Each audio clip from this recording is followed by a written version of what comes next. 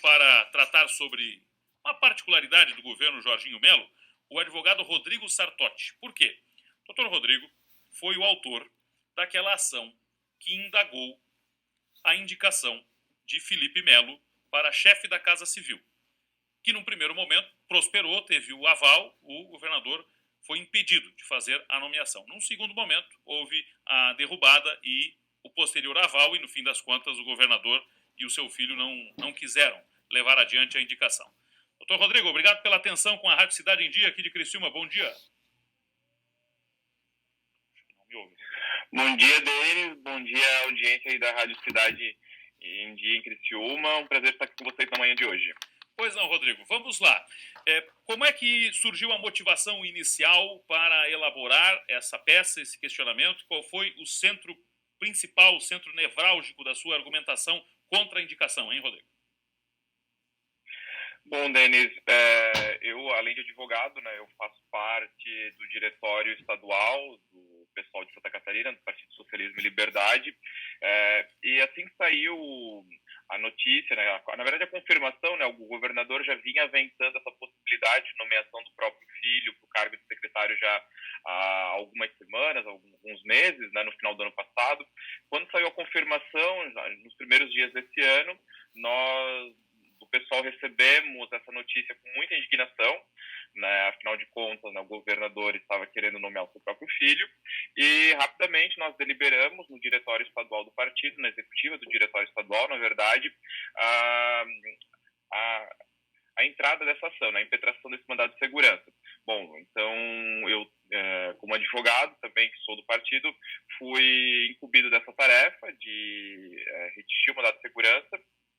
Foi um mandado de segurança coletivo, né, que tem a competência dele é direta no Tribunal de Justiça de Santa Catarina, e impetramos ele no dia, salvo engano, no dia 4 de janeiro, já no dia seguinte a notícia, né, que estava sendo veiculado já pela imprensa nacional de que o governador nomearia o seu filho.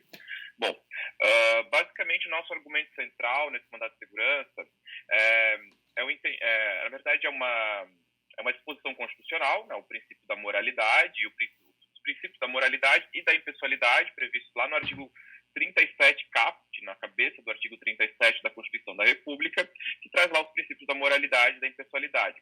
Bom, diante desses princípios, o Supremo Tribunal Federal, o STF, ele tem uma súmula, a súmula vinculante número 13, que é uma súmula que traz o entendimento do STF sobre a vedação, a impossibilidade da nomeação de parentes até terceiro grau, linha colateral ou linha reta, para cargos políticos. Então, os políticos, né, normalmente chefes poderes, né, executivo, legislativo e judiciário, não podem nomear parentes para cargos públicos, né, parentes em até terceiro grau.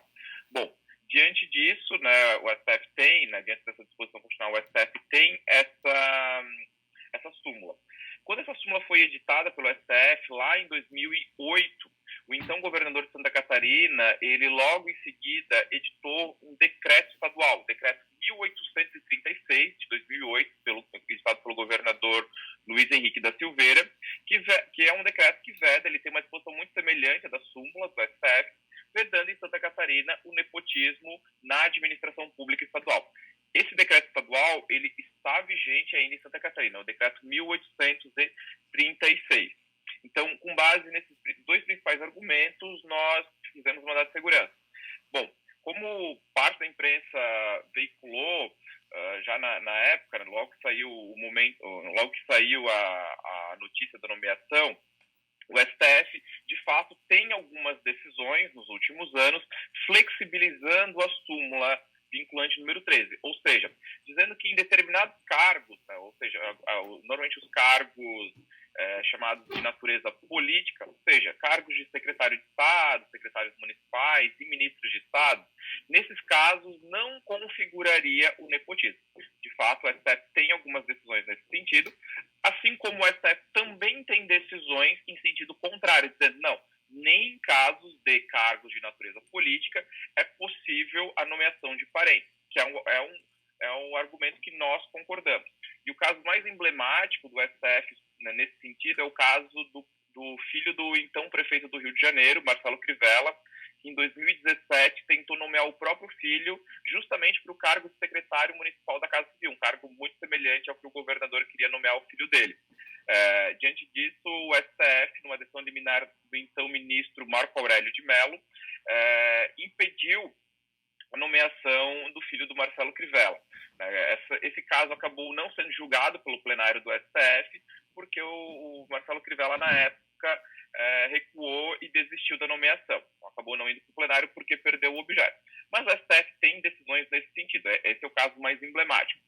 Já vindo aqui para o âmbito estadual, o Tribunal de Justiça de Santa Catarina igualmente tem decisões também proibindo o nepotismo em casos também de cargos de natureza política. O último caso, o caso mais recente do nosso tribunal, que foi julgado em junho de 2013, junho do ano passado, é o caso do prefeito de Anita Garibaldi, aqui em Santa Catarina, que nomeou o próprio filho como chefe de gabinete, que também é um cargo muito semelhante ao chefe da Casa Civil. Né? Na verdade, o secretário de Estado da Casa Civil aqui de Santa Catarina nada mais é do que o chefe de gabinete do governador. O nosso Tribunal de Justiça, por unanimidade, né, da 5ª Câmara de Direito Público, também entendeu pela impossibilidade dessa nomeação, mesmo em se tratando ali de um cargo supostamente de natureza política. Então, é uma decisão muito recente do nosso Tribunal de Justiça. O próprio STF reconhece essa divergência na jurisprudência, inclusive do próprio STF. E ele reconheceu isso, o STF, em 2018, num caso de São Paulo. Né? Lá em São Paulo, no município, salvo engano, no município de Tupã, no interior de São Paulo, nesse município foi aprovada uma lei estadual que permitia o nepotismo em casos de cargos de natureza política. O Ministério Público de São Paulo, à época, entrou com uma ação direta de inconstitucionalidade no Tribunal de Justiça de São Paulo. O Tribunal de Justiça de São Paulo declarou essa lei inconstitucional, ou seja, o Tribunal de Justiça de São Paulo entendeu que é inconstitucional nomear parentes, inclusive para cargos de natureza política. Bom, esse caso foi parar no STF em 2018 e o STF reconheceu o que a gente chama de repercussão geral desse caso. Ou seja, entendeu que esse caso tem relevância política, relevância econômica, relevância social para todo o país. Reconheceu essa repercussão geral e nessa decisão do ministro Luiz Fux, o ministro reconhece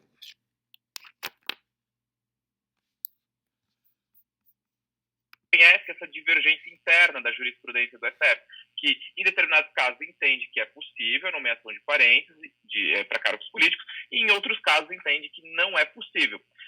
Então, reconhecendo essa divergência, reconhecendo a repercussão geral, o STF criou, então, o tema número 1000 de repercussão geral, que trata justamente desse caso, e esse tema está ainda pendente de julgamento.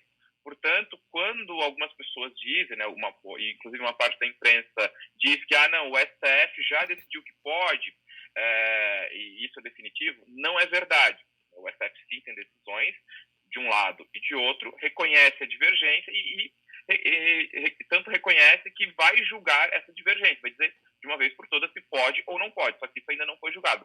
Portanto, é um assunto ainda em aberto na jurisprudência do STF e, inclusive, aqui do nosso Tribunal de Justiça.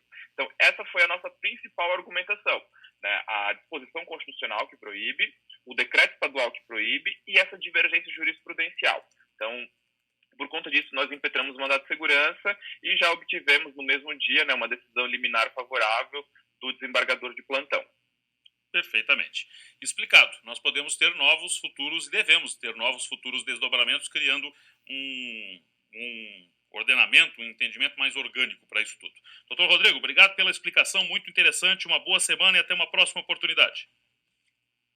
Muito obrigado, Denis. Um bom dia para todos. Bom dia. Conversei com o advogado Rodrigo Sartotti, ele deu a explicação técnica